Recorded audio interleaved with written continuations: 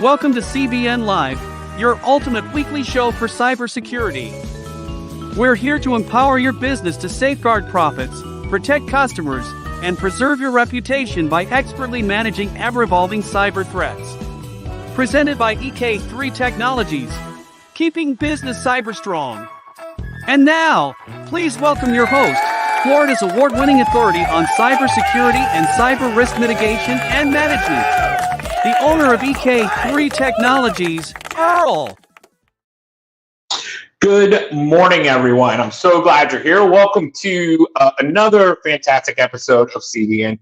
Sorry, we had a little issue there with me playing the wrong intro. So how about that?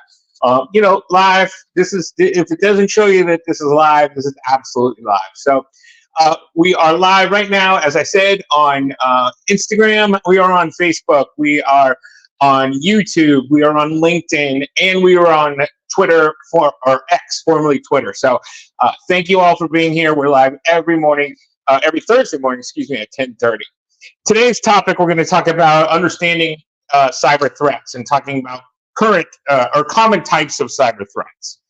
We're going to talk about what is the definition of a cyber attack and what that looks like, right? So let's talk about cyber threats in general. So as we know, and as we can hear from watching the news, cyber threats are everywhere.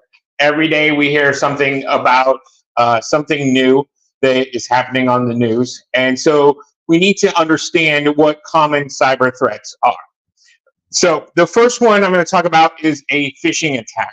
The phishing attack is actually one of the most common cyber threats that is out there. A phishing attack is it is an email attack wherein someone has sent an email to you. The email is asking you for credentials. We've all seen them. I get them probably 2 or 3 times a day. Yesterday, I know I got 2. One of them was, did you order McAfee, right? We've processed your order for McAfee. Log in here to get your license. The other one was, we're shipping you something on Amazon. Both of those were something that I didn't order. What they were looking for me to do is to log in and put my credentials in, and then they have my credentials, and therefore they can go onto my Amazon and they can buy whatever they want, or they can steal my credit card information or what have you.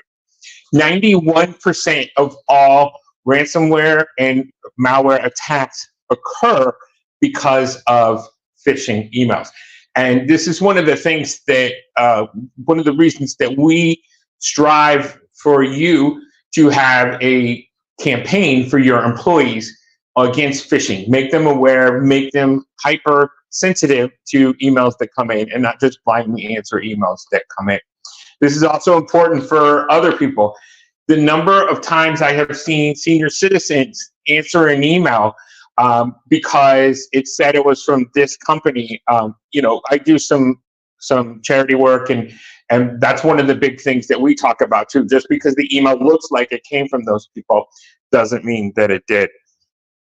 So there's also spoofing, where the email comes from someone that looks like it was Amazon. So maybe it's a.azon.com.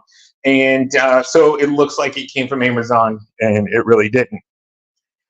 So a real-world example of that, in 2016, the DNC email leak. Some of you might remember that. The Democratic National Committee had an email leak, and that email leak was created via phishing attacks, right? So let's talk about some malware. So malware can be anything from a virus, a worm, a Trojan, spyware, and adware. We've had spyware and adware forever. Those of you who know about Netflix and can remember Netflix, we are not Netflix. Nick, wow, I'm showing my age. Netscape, excuse me, was a browser before Internet Explorer.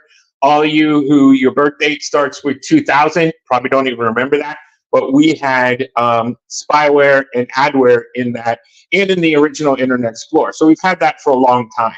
But now we have new malware. So we have viruses, we have worms, and Trojans.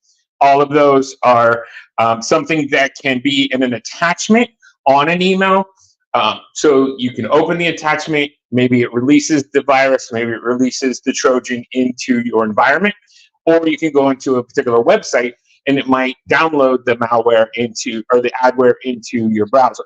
Now, this is a little different in Internet Explorer. Now Microsoft Edge has put a lot more credentials into place, or safety security issues into place to prevent that from occurring.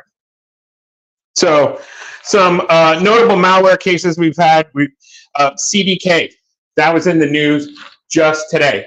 CDK was in the news, and it was about car dealerships, right? So those dealerships, a database containing sensitive customer information was exposed due to a misconfigured server. So this can happen. The server was misconfigured, malware got in, and all the credentials were stolen. So let's talk about ransomware. So ransomware is something where something comes in, captures your credentials, and then, captures your data, holds it, and says, okay, if you don't give us $100,000, $200,000, we're going to release all your data. Ransomware is another threat. It can be downloaded from a website. It can also be downloaded from an email attachment. Again, an employee accidentally opening something up, ransoms the whole network, and then they hold it literally for ransom. If you don't give us money, we're going to release the data. Perfect example is just right here in Florida, just this week, Florida Department of Health had a ransomware attack. I just read an article this morning that all of the data from the Florida Department of Health is on the dark web, and because they didn't pay the ransom, so they have released all of that information, and it's out there. So the cyber threats can have an impact to your business. They can they can hurt your reputation. They can hurt your customers, your vendors, and your bottom line. So there are multiple ways to have defense against cyber threats. Most of the time, that is a multi-layered approach, which includes firewalls, SD-WAN, protecting your email, etc. So if you have any questions, feel free. You can email me at cyberrisk@ek3tech.com, or you can join us right here next week at 10:30 on Thursday for part 3 of our series on understanding cybersecurity. Until then, stay cyber strong. Everyone have a great day.